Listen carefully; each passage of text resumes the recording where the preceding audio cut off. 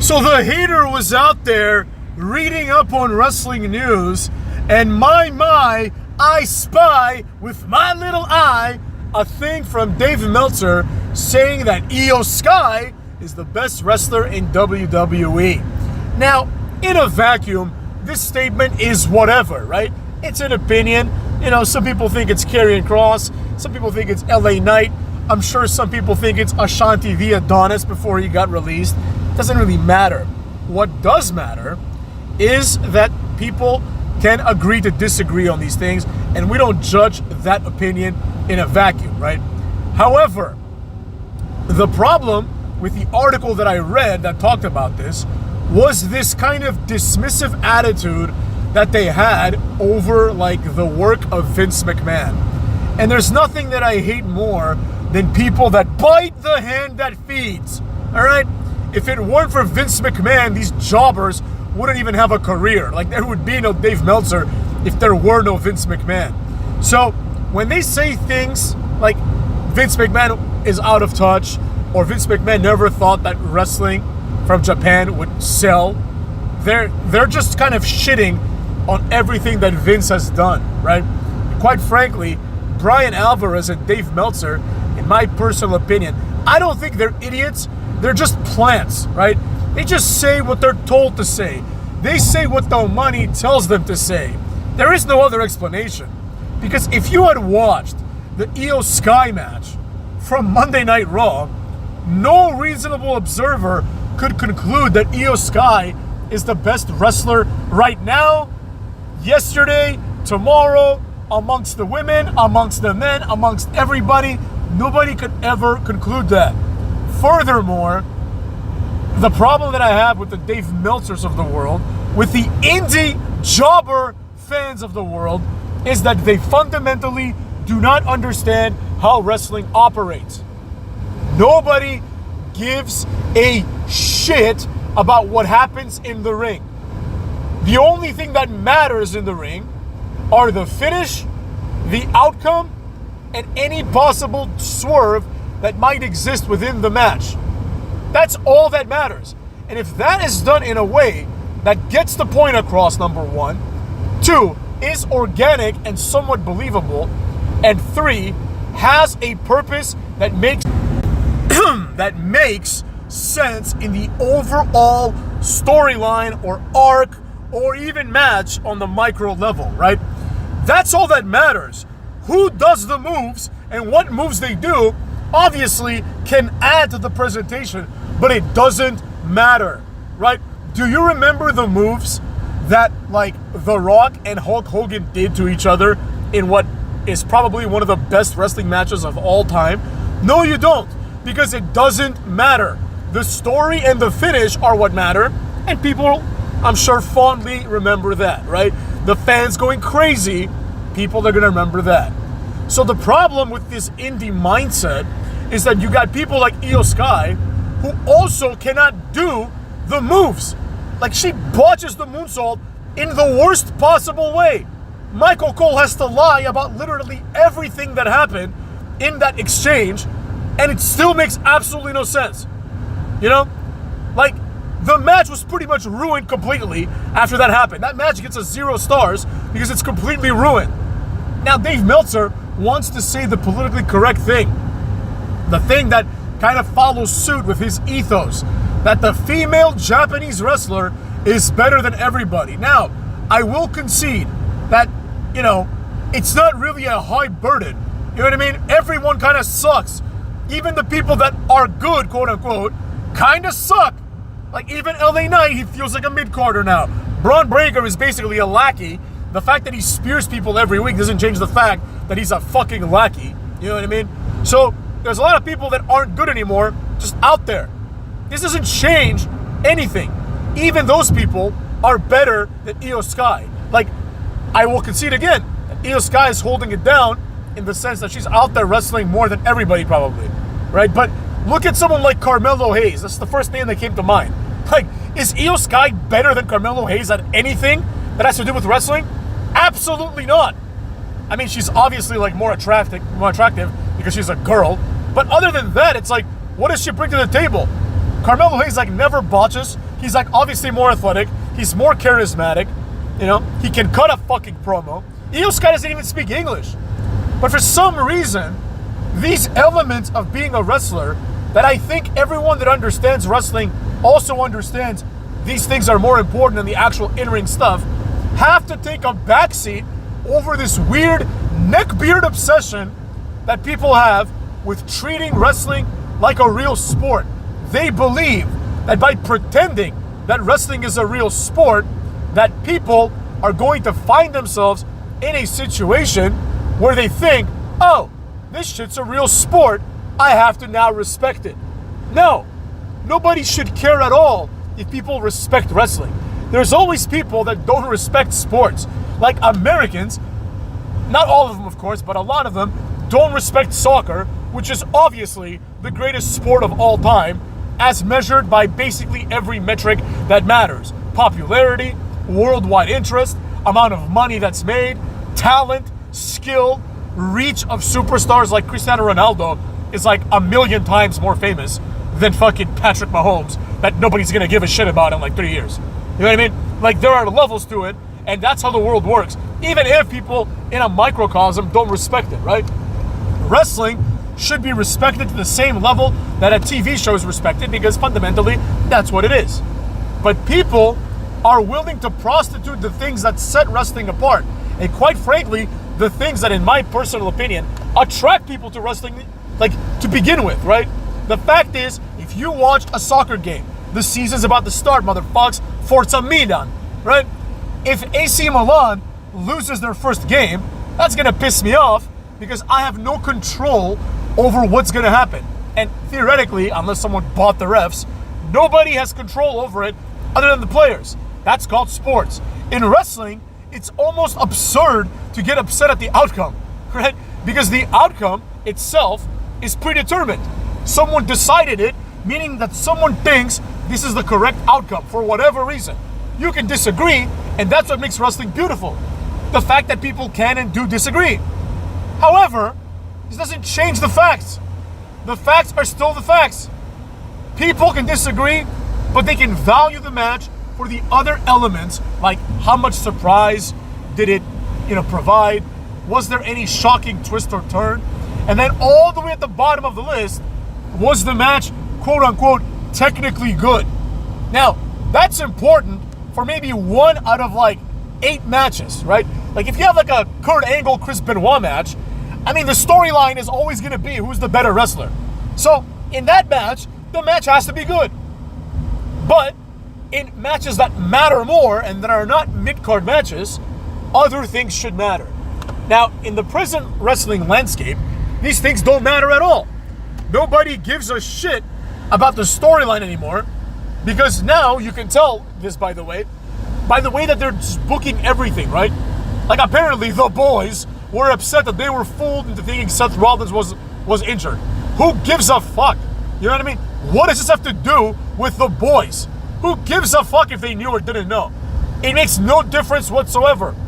It also is preposterously stupid to like not tell the other people that Seth Rollins is injured. I guess they were afraid that someone would leak it, But I don't even think it was this well-kept secret. Like it was just like obvious on plain sight. You can just look at it and be like, oh, clearly like Seth Rollins didn't get hurt. The haters saw right through it.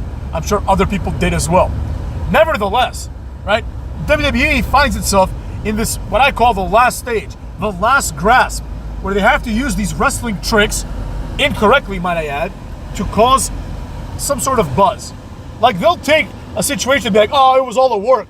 And then the fans, who are, quite frankly, the dumbest fans in all of fandom probably, they'll look at someone like Karrion Kross getting released and they're like, I think it's a work. What's the work? You know what I mean? What is the work?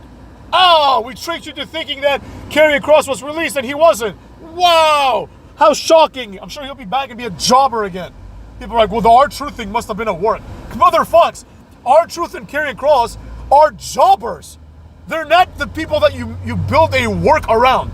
Seth Rollins, fine, because he was going to get pushed into the main event.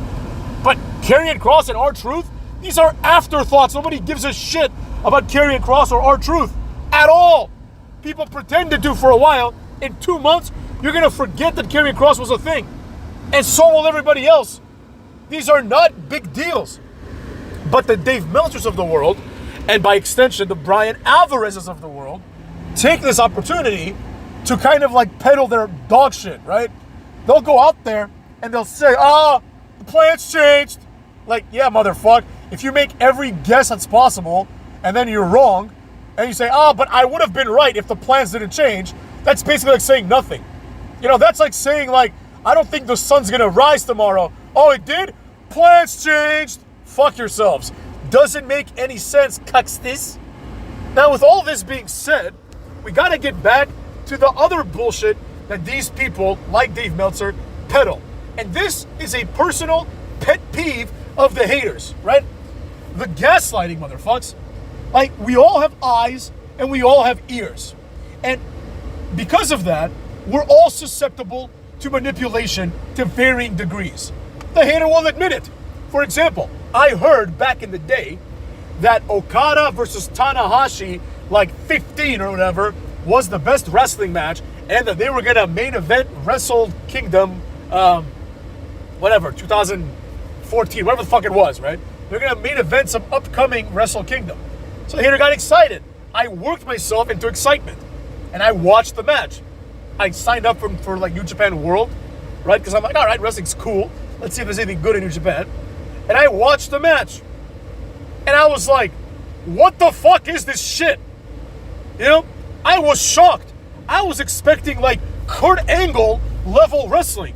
Because Kurt Angle never had a 5-star match. And Tanahashi and Okada had like 7-star matches. So I'm like, there has to be some metric that makes sense here.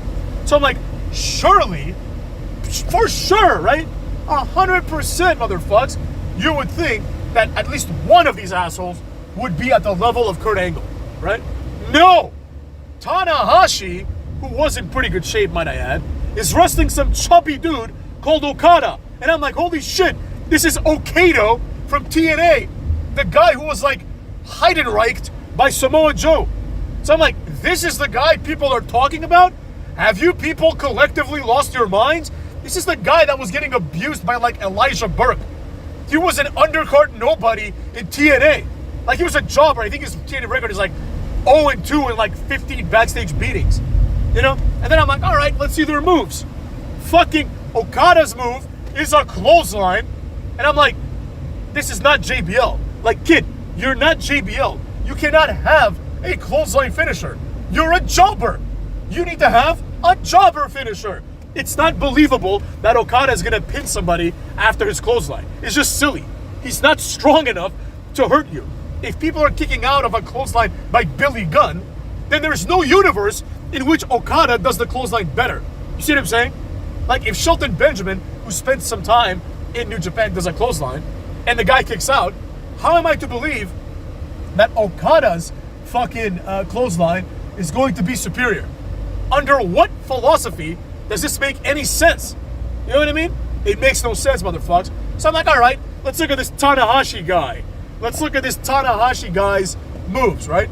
Like, he does 3 versions of the same move. It's called the high fly flow. It's a fucking crossbody. It's a fucking crossbody. This guy had a 7-star match where his finishing moves is a flying crossbody. A move that Kofi Kingston and every other 205 Live jobber does for free. That's his finisher, motherfucks. I'm like, this has to be some sort of joke. I didn't see anything impressive. Everything looked like shit. The moves were botchy. You could tell, like, Okada would do this, like, top rope drop kick. He'd actually kick the guy in the head. And they'd be like, wow, what a perfect drop kick. It's not a perfect drop kick if you make it look like it hurts, and it hurts. You know? That's fucking stupid. That's why that idiot Shibata, like, nearly killed himself by headbutting Okada. Right?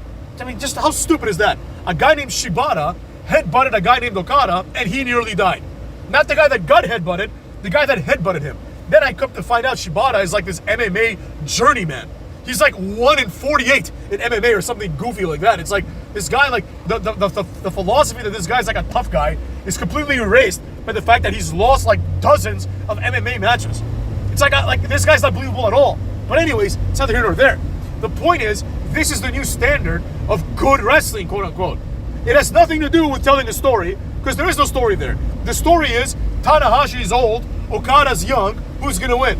As far as I can tell, that was the story, right? The in-ring shit is also garbage. It's not a good match. Same thing. Everyone all of a sudden was like, oh, Marty Scurll is the best wrestler in the world. No, he fucking isn't. Then Marty Scurll gets disgraced and he has to basically quit wrestling. People are like, nah, he was never good anyways. Kenny Omega is the best. And I watch Kenny Omega matches and I'm like, this match is just a guy pointing at various directions. He points to the crowd. He points to himself. He points to the sky. He points to his ass. He points everywhere, then does a running knee. Then eventually does his finisher, which is effectively the AA, except he starts it out from the electric chair. But if you look at the move, he grabs the guy's head and drops him on their back, just like the AA. People are like, wow, what a move. This guy's moveset is insane. He does like a shitty dragon suplex. They're like, oh, it's a snapdragon. Just say it like it is. He can't properly execute the dragon suplex because that requires tremendous strength. You know, he does a snapdragon where the guy just jumps back, and Kenny Omega just kind of like sits there. He just kind of like falls backwards, and the other guy has to do all the work.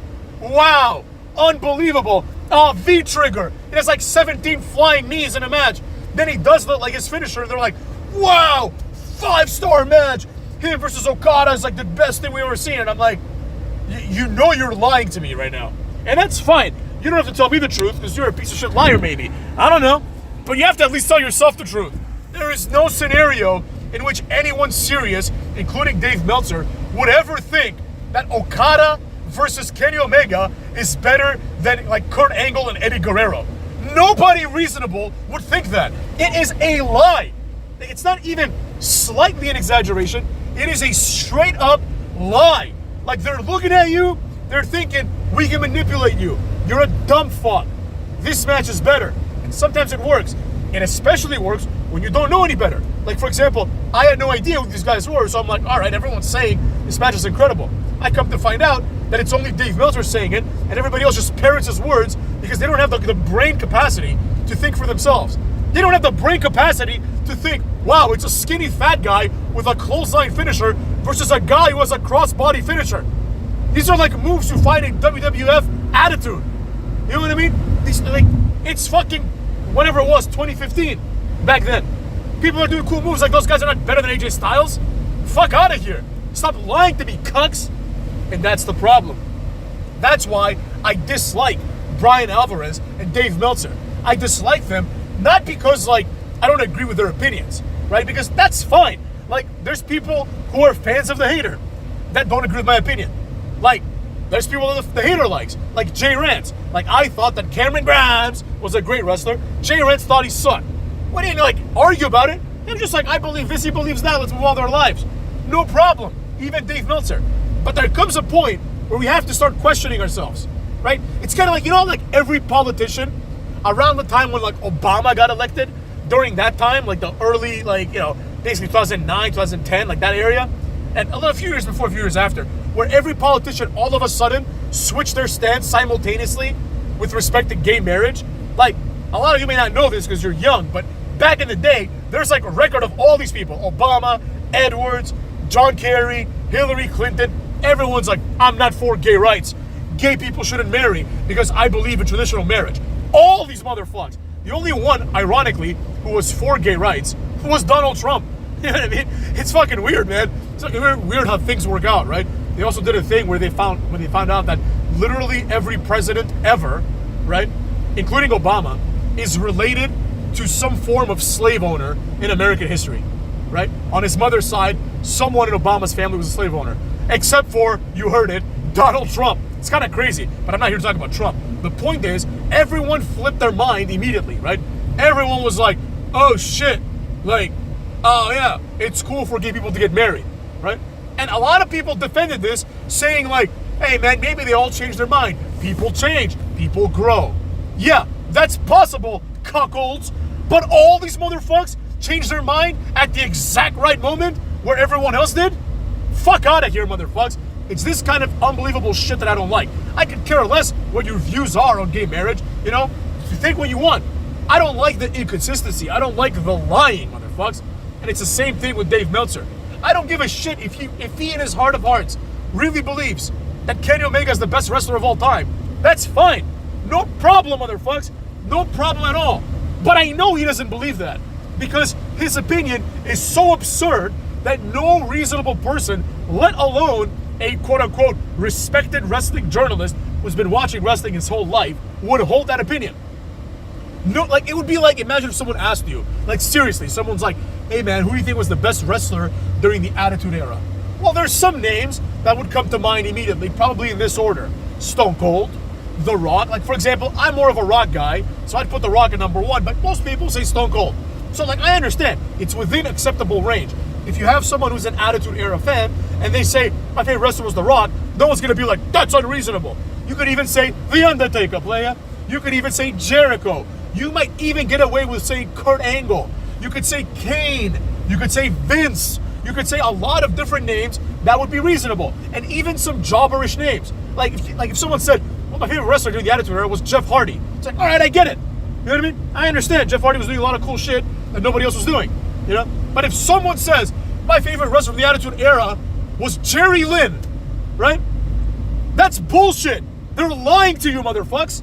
If someone says, oh, I really like S.A. Rios, they're lying to you. Nobody gave a shit. Nobody back then was like, Dean Malenko's the best wrestler in the world. Nobody thought that. You see what I'm saying? No fan actually thought that. They were content with Dean Malenko being the fourth guy in a group of two jobbers and Benoit and Eddie Guerrero. You know? He was the fourth guy in that group. So people were much more realistic and, quite frankly, much more honest. Nowadays, you get all these people straight up lying. Like, same thing, like, you know what I'm talking about. You know that when, like, they get Hulk Hogan, back in the day, rest in peace, to announce the signing of Kenta, Hulk Hogan's like, or who do you know, Sin Cara, one of them, right? They come out, and then, like, you see Kenta, and Hulk Hogan is, like, 7 times his size, and immediately you think to yourself, this is Kenta? Well, this guy better have, like, the athleticism of Rey Mysterio, the technical prowess of an Eddie Guerrero or Kurt Angle, and the strength of Kane for this guy to be as big and good as they told us he was. Come to find out, obviously, Hideo Itami, as he becomes rebranded, is just a chubby, like 5'3" Japanese guy with 3 moves that is not believable at all. And those moves are just kicks. It's like, we already have Daniel Bryan, what do we need you for, cuckold? You know, Sin Cara, you're like, wow, I'm expecting, like, this guy to be bouncing off the ropes better than Rey Mysterio. And I'm like, oh, this is just like a lesser version of Rey Mysterio. I'm like, just bring back Rey Mysterio. Like, what do we need this asshole for? You know, we have Rey Mysterio at home, motherfucks. So all these lies that have been told to us, oh, this guy's much better than he is. And you still see it today. They're like, Jacob Fatu, no man should be able to do that. He's literally the size of Matt Hardy. He's the size of Matt Hardy. Like, Sabu, like, is more impressive looking than Jacob Fatu. And Sabu would do crazy shit, motherfucks. Rest in peace, Sabu. Right? We've seen much more impressive specimen do much more impressive things. Like, Brock Lesnar did a shooting star press. You know what I'm saying? And we're happy that Jacob Fatu can do a moonsault, the same move that Lina can do. Wow, how impressive. He did a moonsault. Wow, he did the ass of the corner like every other Samoan. Like, but Dave Meltzer would have you believe that Jacob Fatu is not as good as, like, Oka or whatever, Oda, whatever the guy's name is, from New Japan, who's basically another Jacob Fatu. Just 2 unimpressive guys. Meanwhile, you have people that actually move the needle. You have people that actually, even when they do have matches, they're good matches. You have people that actually get interest and that actually try to tell stories. Like, for example, obviously LA Knight. Logan Paul, I'm putting him up there, motherfuckers. Logan Paul's easily, like, top 5 right now. Easily. Like, name 5 people that are better than Logan Paul. You can't, motherfuckers.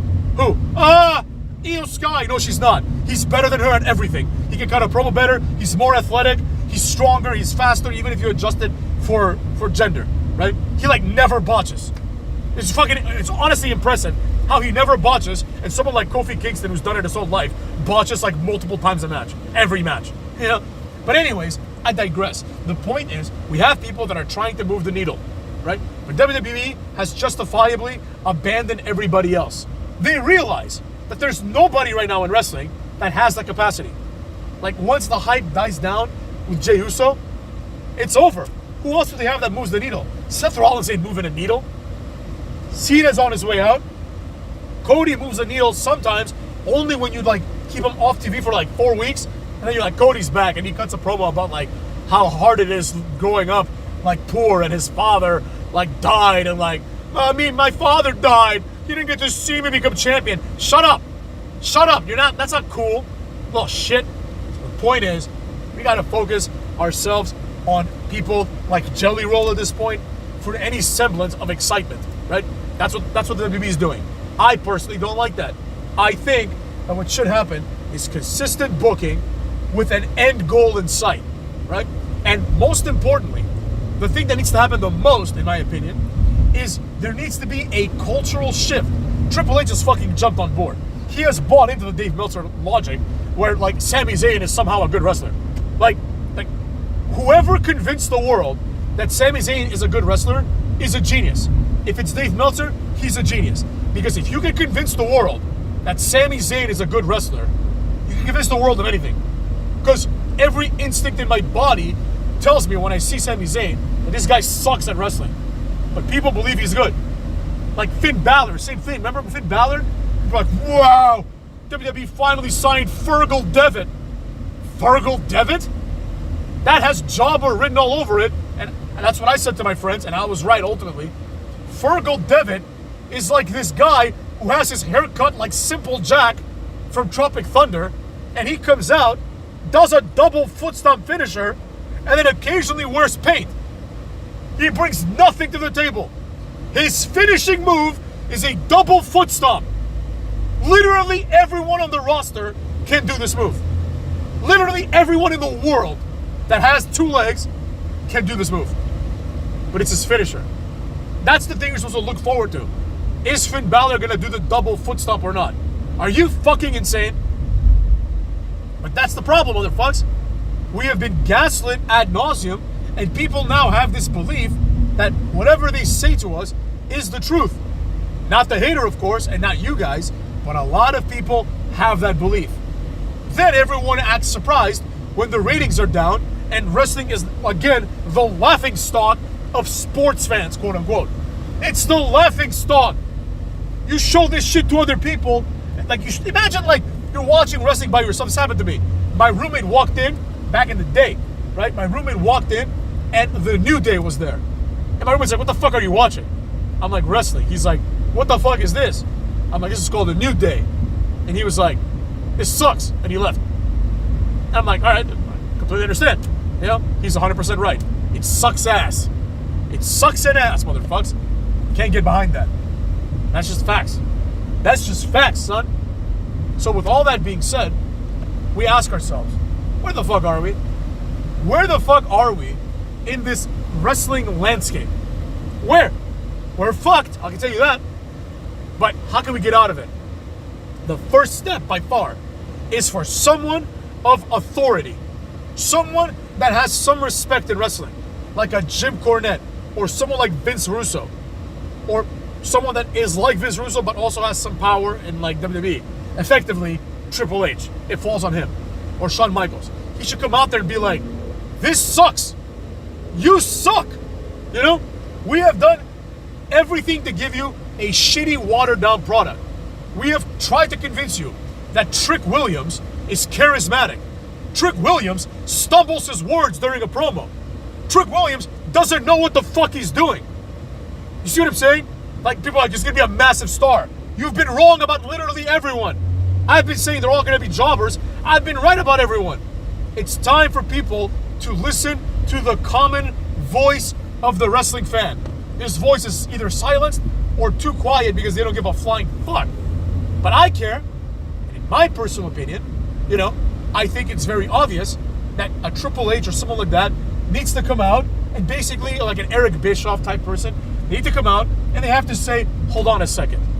This is unacceptable. Like, come out during an Ilya Dragunov match and be like, Ilya, you're fired. And then Ilya's going to be like, why? And then you just bury this motherfucker.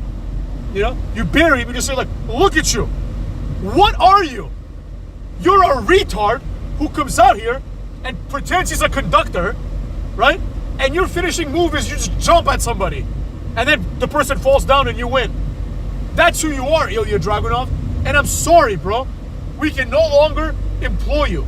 You will never draw a dime. You have no character. You have no personality. You have a Ludwig Kaiser haircut. You're just like Ludwig Kaiser, except smaller. So why the fuck do we need you? That's exactly what should happen.